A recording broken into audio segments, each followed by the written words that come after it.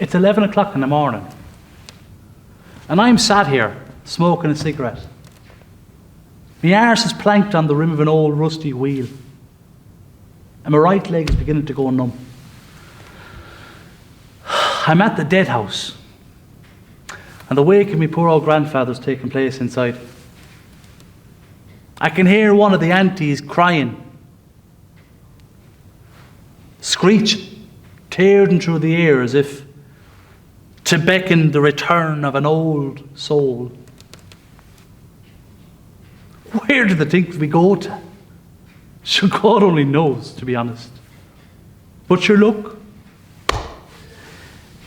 If it makes them happy, let them have their beliefs. Sure, God help them, they know no different. But why does it have to be so fucking morbid all the time? I mean, around the side of the house, you've got all the men laughing, with the red noses from the drink the night before. Laughing. Because they don't know what to do with emotion, because they're men. Men. They're fucking idiots. We are fucking idiots when it comes to emotion. Because we go around acting as if you show emotion, you're somehow less of a fucking man. Can you imagine that? Pure gomism, if ever I saw any. And yes, before you start, because I know you're going to, I can be a gomi too sometimes, I know. Sure, look at me, I'm dressed like a gomi, I'm dressed like a fucking penguin. And music, no music allowed. Can you imagine that? No music. Oh no, it has to be all silence and sadness. Why can't we celebrate the life of this man? Why all the sadness? Oh, and by the way, God forbid you have a splash of colour on your clothes. Oh no. It's not a fucking fashion show, Patrick. I've heard that line many a time. Make sure you wear the black tie so you can throw it on top of the coffin as it goes into the dirt. Buy a new tie. Don't show disrespect. That's why I've only got one tie, because we go to so many funerals. Sadness. No music. A grand morbid affair. A grand morbid affair is the wake of an elder in our community. It's not a fashion show. It's not a music gig. It's a swan song. A swan song of a well-regarded man, and a swan song that's beginning to sound more like a murder of crows crying over the destruction of their nest. I suppose when you think about it, a nest has well and truly been destroyed today. And here we go. The VIP guests have arrived, the Gardaí. 3 squad cars pulling up outside, falling in for inspection, and me on the inside, suspended in introspection, because I'm fucking thinking. I'm thinking, do these fuckers even have a reason to be here? Everyone else turns up to say, hey, I'm sorry for your troubles. They turn up expecting fucking trouble, and not a troublemaker in sight. But you can't blame them either, I suppose. There's been a few incidents at a few funerals. It's not their fault that they're programmed to generalise a whole community. Shades. By the way, look at the back seat. Who is it? But young Kevin from number 48 himself. He became a guard, what was it, about 4 or 5 years ago, from the same area. And him, the biggest fucking messer of us all. The fucking idiot. He looks lost, like he's in no man's land in the back seat. I remember him getting caught drinking and smoking the hash at the back of the handball alley. He walked that time too, funny enough. Oh, he's in the right job, that fella. He wasn't the worst, to be honest with you. And now I can see that he's acknowledged me and he's put his hand up and he's pursing his lips because he doesn't want the 2 detectives in the front seat to spot him talking to the commoners. The poor bastard. They'll strip away all his humanity. And I've nothing even against the guards. But it's moments like this when you're about to bury an elder that you're thinking to yourself, why do you have to be so visible? I know all the Facebook politicians will be out doing their live streams, waiting to get that shot, that video that they can send into the newspaper of the travellers, of the tinkers, of the knackers at it again. It's not their fault either. It's society. I just wave my hand back at them because I want them to know that I spotted them. And that I know their ways and I know what they're thinking. Because I got settled friends. And I'm kinda, somewhat, maybe, a little bit, part of the clique. Although I'll always be a knacker. A house knacker, if you will. Poor Kevin. He's fucking winking. Well, he's either winking or he's blinking. I can't really tell because that young fella got a schnitzer to the face in third or fourth year and it's after leaving one of his eyes gammy. And now he looks like your man from the film The Goonies. You remember The Goonies? Hey, you guys, it's me, Kevin. Fast tracking to be a detective, the poor bastard in the back seat, looking like he's the one who was arrested. Shades. That's one of our words. You should know this. That's one of our words. From our language, gammon, cant, or as the academics call it, Shelta. Academics. Do you know that most of the people who learn about our language are settled people paying their way with privilege and money into a PhD to become experts in our fucking language? Can you imagine? It's sad and ironic in a dark and twisted house dweller type of way when you think about it. Our language. Shades, but it's not even a derogatory word. Shade ogs, as the older ones call it. Our language of cant, and we can't even fucking learn about it ourselves. In history class, I learned more about Eva Braun, stalagmites, fucking stalactites, than I did about a language that's existed in Ireland for over 1,000 years. Can you imagine that? And you know, in history, of course you know, in history class, in the big history book, 650 pages of history, 2 pages about travellers, and they didn't call us travellers. They called us itinerants and tinkers. And every traveller in the class knew that that class was coming up, and they knew to mark it in the diary to make sure that they were fucking sick, be it from flu or swine flu, it made no difference. You weren't going to be in class that day, because as soon as the teacher mentioned itinerants or tinkers, all the little buffer kids would be looking right at you, looking through you like you were some X-rated airport. I sound angry, but I'm not. You see, one of the prerequisites of being recognised as an ethnic minority and getting that ethnic minority status was you needed to have a language, a distinct language. And even though settled people are learning about our language and writing about our language, it actually helped our case a little bit. Because having settled people believe that we have a language meant that it now suddenly existed, because up until then, no one believed us. Can you imagine? So I'm not angry. I just don't think that ethnic status has done us any fucking favours, to be honest. Because on one hand, you'd have the people on the far right, you know, talking about our extra rights. Extra rights me whole. Sure, they're no different than us, but they'll treat us differently. Ethnic status, what another load of shite anyway. Never changed a thing. We're still hated. So here I am, Big Notions Patrick, named after my father who's hiding out in a turf shed, and him named after my grandfather who's lying like a lifeless statue in a room full of mourners. I'm named after my father because I'm the heir to the throne. Look at me. The heir to the throne. The last great hope in a family full of hope. And I'm fucking hopeless when it comes down to it. I'm hopeless. I don't know how to live like they want me to live. I don't know how the settled people want me to live. I don't know my place anywhere. I'm the big idiot that went up to the city. Up there with the hippies and the queers is what they used to say. Used to, do you hear me? Used to. They're still fucking seeing it around the side of the house. The laughing men with the red noses. They laughed at me when I went to school, when I went to college, when I moved into the shit-chip diving apartment in the big city of Galway. Up there chasing his dreams, the dreams of the city folk. The settled folk. Chasing his dreams. Chasing. The size of me to be chasing anything. If it was carrying any more stones, it'd be like a fucking country wall.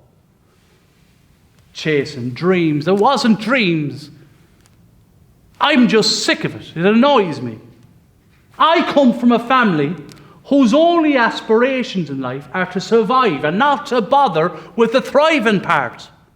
Why can't we aim to achieve the great things? And why can't we achieve those great things? Why can't we work at it? I know what you're going to say. The opportunities aren't there, and that's true. But we can only hope and dream. Why should we be happy with what we have? Why should we be happy with our lot? It doesn't make any sense. And they're laughing, they're still fucking laughing because they know I'm out of the front of the house. They know I'm here, and they're laughing at me behind me back. But I don't care. You see, they wouldn't be laughing if they saw young Kevin from number 48 slapping stickers on their windscreens, because those laughing red faces, they've got less papers on their windscreens, less papers than those poor fuckers that's holed up in direct provision centres. Direct provision centres, huh? That's another one. Poor fuckers holed up in direct provision centres, hated worse than travellers, hated by a lot of travellers. And why? Because that's society. Poor people hating on the new poor people, and the new poor people making money for the rich people. The poor people hating the new poor people because the poor people think the new poor people are stealing their imaginary houses. Houses that don't exist. New poor people holed up in direct provision centres making money for the rich people, and we're all fucking poor people at the end of the day because we may not have money, but they got no fucking morals. The country's gone to fuck. And anyway, it doesn't matter. It doesn't matter. That's what I always tell myself. It doesn't fucking matter, because no matter what you do, you'll end up like my grandfather anyway. Dead.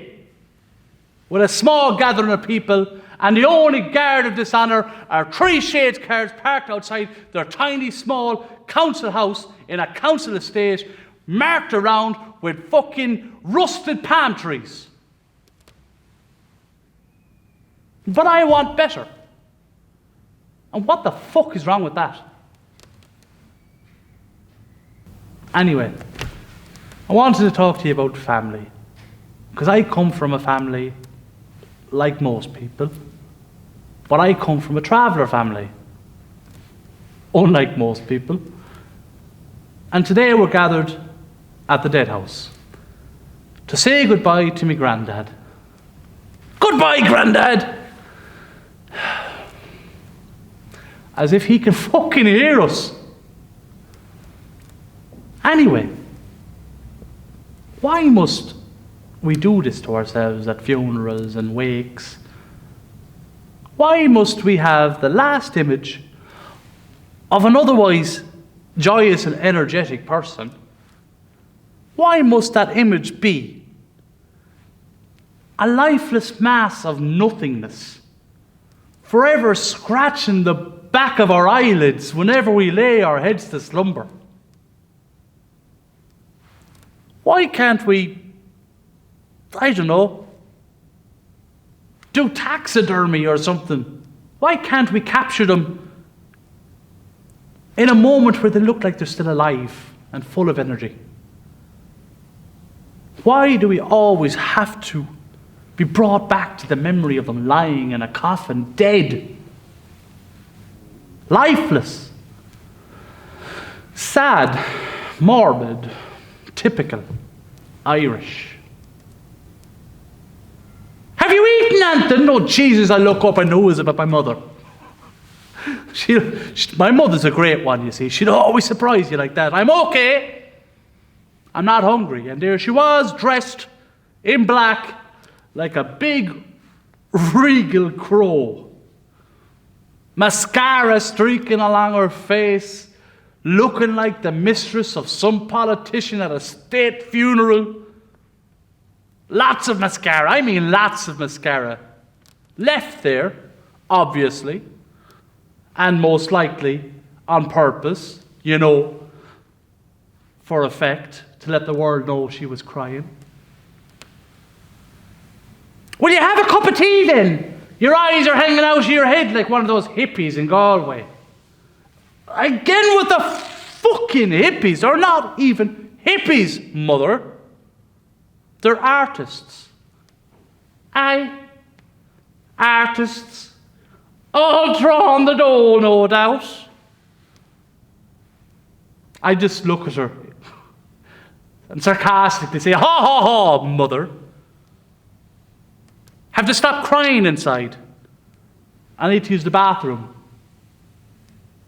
And anyway, if you're going to do a joke about being on the dole, you might as well not rob it from somebody else. That's a bit stereotypical for a traveller, don't you think?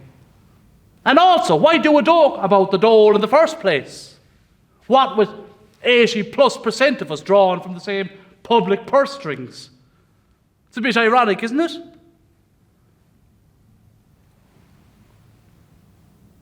You better cop onto yourself and have an ounce of respect. And don't be talking about them crying in the house. You'll be crying like that one day. And if you keep an eye on me, you'll be crying like that in a minute. I just rolled my eyes to the heavens. Just to let her know I thought she was being ridiculous. But deep down, the old crow was right. My mother's just still standing there waiting for me to move. Up, up. And when you go into the bathroom, make sure you have that mouthwash. You smell like a dirty beer mat. You see, the problem was, last night, myself and my brothers had a couple of drinks, which was meant to be one or two. But you see, my brothers lose the complete run of themselves when their wives aren't around to mind them. They forget how to count all of a sudden. So out comes the drinks. And as soon as the singing started, it was game over. Because out came the whiskey. And you'd be seen as an awful bollocks if you didn't knock back a shot every time somebody started singing. And by Christ, did they like to sing. Really badly. But I couldn't tell her that this hunger-suppressing hangover was stopping me from having those 11 o'clock sandwiches. Come on, she says. Now, you know your mother means business when her lips don't move when she's talking to you.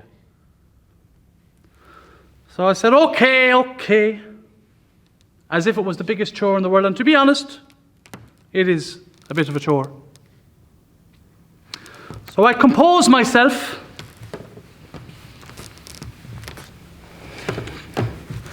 I take a deep breath. And I head towards the door.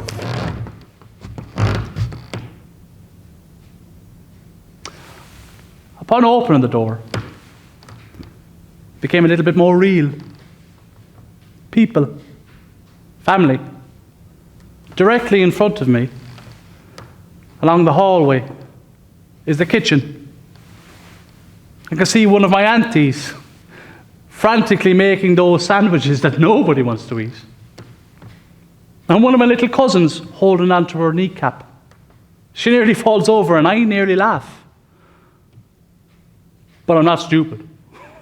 My auntie wouldn't appreciate that. To my left I can see the sitting room door in this old council house. And not the old council house doors anymore. There's a fancy one there in its stead. The one with the panes of glass.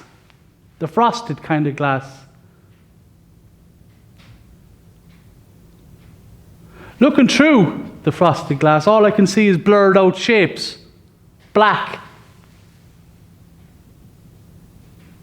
They look like crows marching around.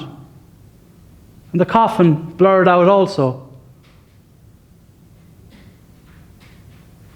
I'm not going to deal with that now. I can feel a lump in my throat. To my right, I can see the stairs.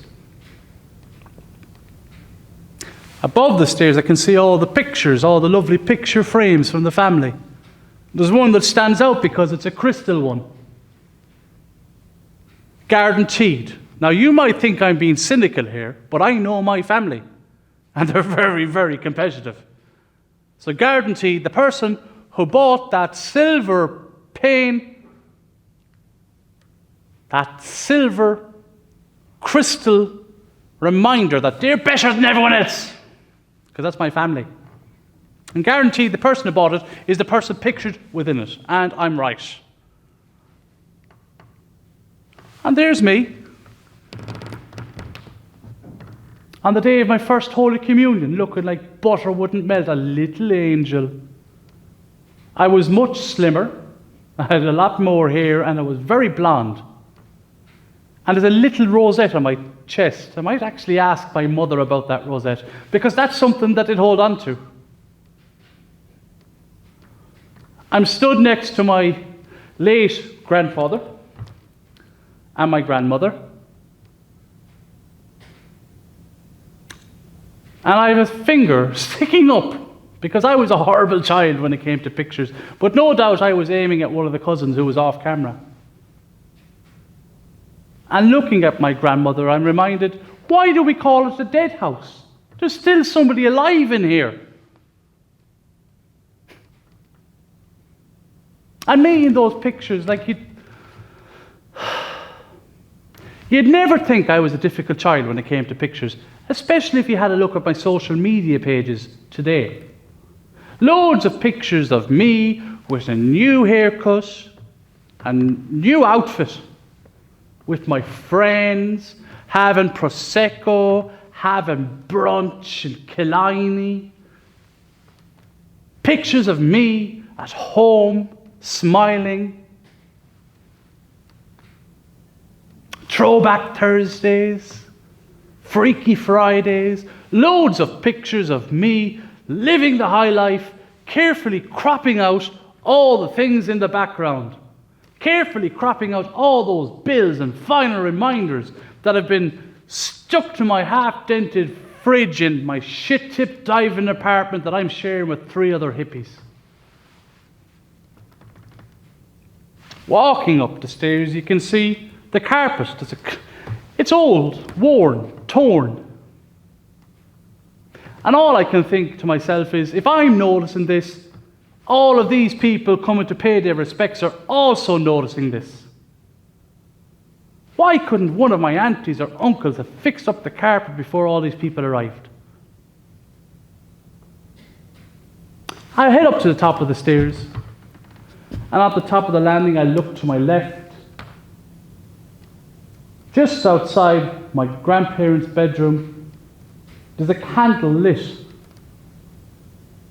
The candle is on a dish with little bits of water in it to stop the house burning down. Behind the candle is a picture, the Sacred Heart of Jesus. Jesus Christ, our Lord and Saviour, who died on the cross so our sins may be forgiven. And me standing there like a big gay sinner that I am. But I bless my face because it felt like somebody would notice if I didn't. And to my right, I can see the bathroom, the door is open. So in I go. I go straight to the toilet, lift up the lid. I can see they have one of those little smelly things just under the rim. After doing my business and I flush the toilet, I notice that the water has gone blue. which means they have something inside the cistern also, which means they're taking no fucking chances with the toilets today. And I say they, but it's really my grandmother now. So I go to the sink and I wash my hands and I notice a little hand towel. I'm thinking to myself, I never understood the need for little hand towels. You just bit of soap, wash it off. Soap. I noticed that there's one of those little hand wash type things, you know. And I know that somebody's after overusing it because of this gooey residue beneath it. Probably one of the kids who came in now and just kept pressing it. Guaranteed one of the less cultured cousins is going to think that that little face towel is a hand towel or something.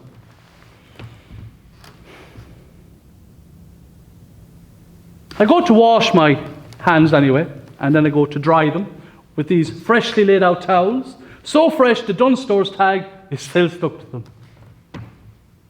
And all around the bathroom I can smell this cinnamon and apple. I look behind me on a little shelf. A brand new candle. Who were they trying to impress? It's a funeral. But they say that you can tell a lot about a person from one trip to their bathroom. Both their health and their wealth are left on display for the world to see. I go to the mirror to fix up my blazer because you know what, it might be a funeral, but somebody's going to take a picture and I need to look good. And after all I said about pictures and showing the world how great I am, guaranteed I'll be taking a selfie later. Nothing gets likes on Facebook quite like a funeral. But if you want to make it on Instagram, you need to look good at that funeral. Just above the sink there's a little window looking out into the backyard, and I look out and I can see little cousins fighting and shouting, and there's my auntie giving out, calling for one of my uncles, her brothers, to come put manners in the child, because her husband is probably still drunk from the night before. Guaranteed those little kids are fighting because of the hose pipe. Because at the top of the hose pipe there's a little nozzle that looks like a gun, and there's nothing to grab the attention of little boys quite like a gun.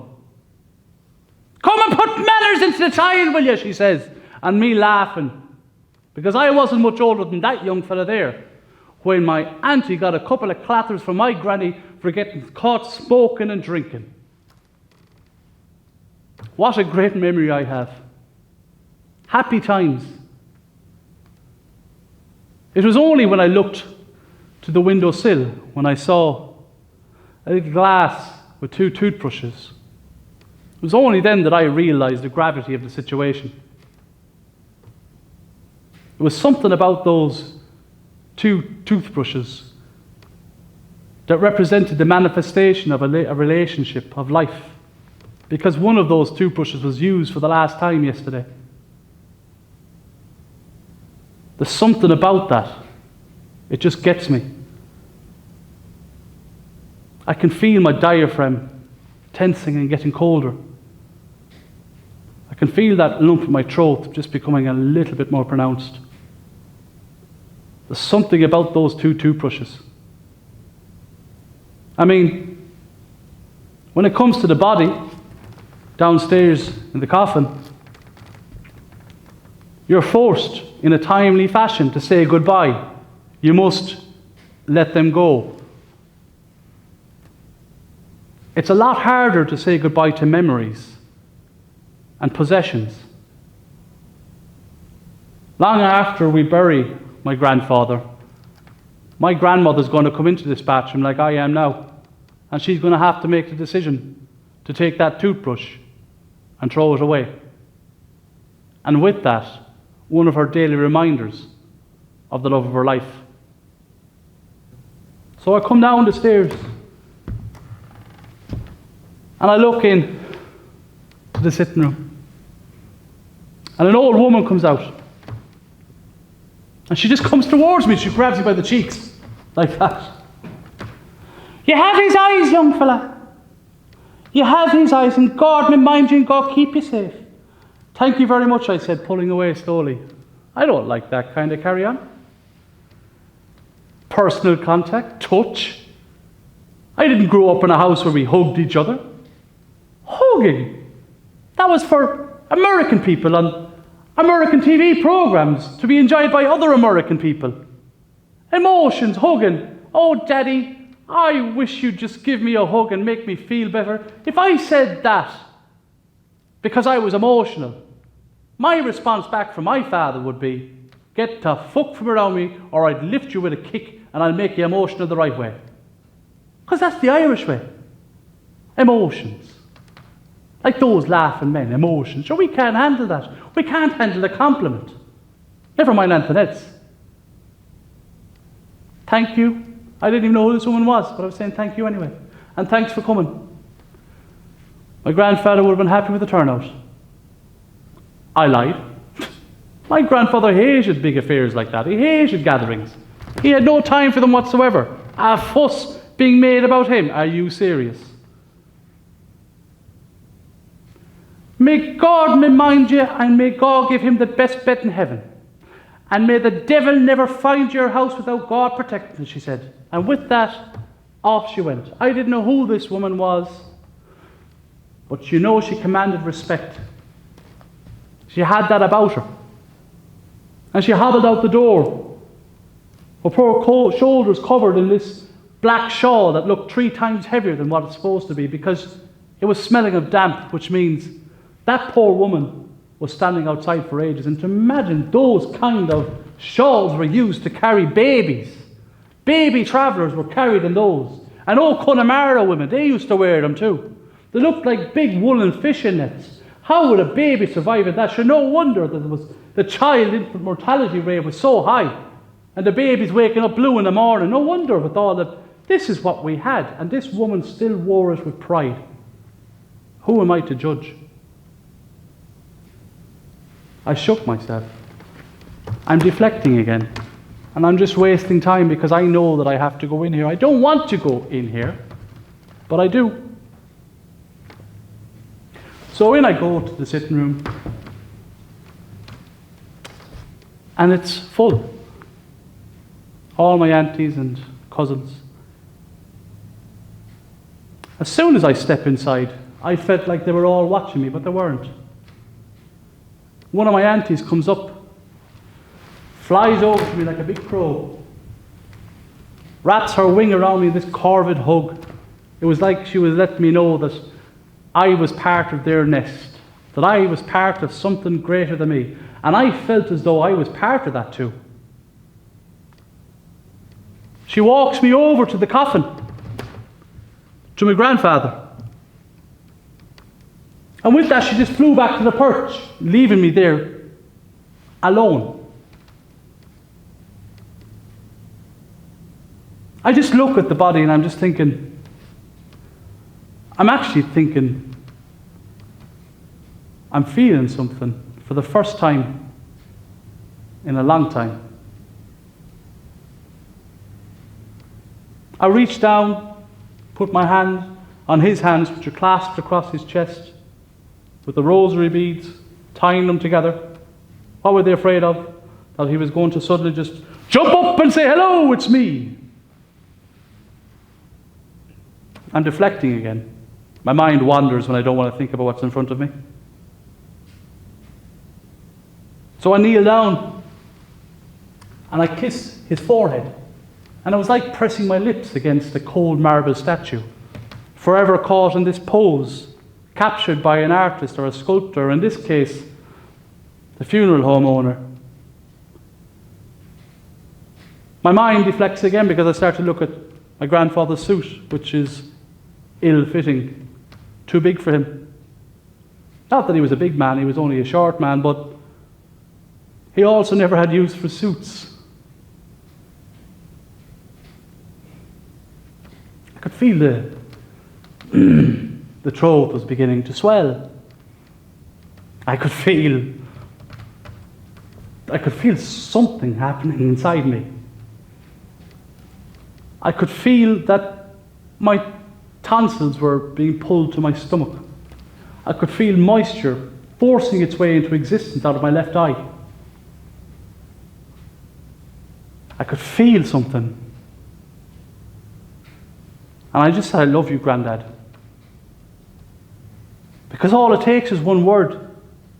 One muttering or spluttering, one vocal utterance to release all this damned up emotions. Toothbrushes, fuck the toothbrushes. Or for whatever poetic take I wanted to give myself in order to relieve myself from the duties I had to feel and to show emotion, to actually cry like a fucking functioning human being. Why can't I cry like everybody else? Why must it always be a battle? Why do I look down on this? And why do I look down on myself for feeling something? But of course you know why. My auntie gets up again just to remind me that I've done something well. And to be honest with you, as the tears was pouring down my face, I felt like I was part of something, like I was actually doing something my family approved of for once. I felt like I was part of something.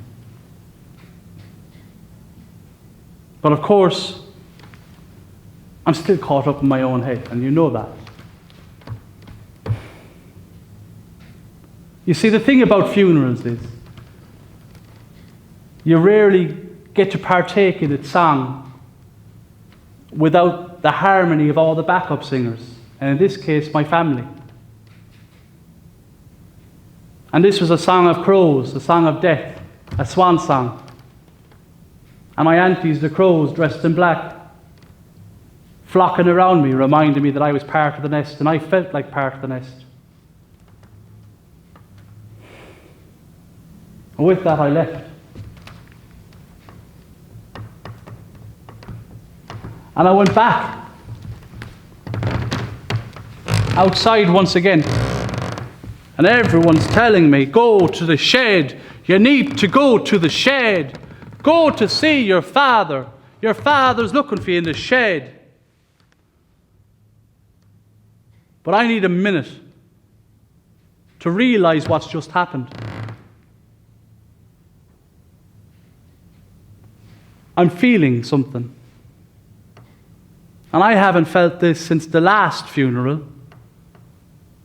And I know you're looking at me and you're thinking, there's no crack in talking about the last funeral, move on. No, you know what? There comes a point when you have to talk about those things that force you to act in certain ways as you go on in life.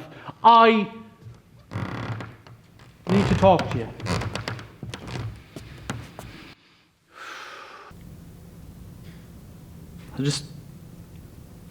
I know you're sat there at the moment and you're thinking, he's looking for sympathy. And maybe I am. But I said I wouldn't. I just want to know. I just have one question, please. And you can fuck off after this.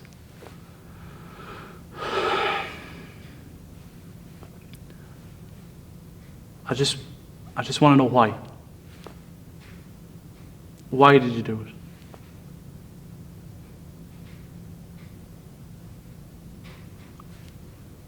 Why did you take your own life, Michael? Because we're all just asking the same question. Why?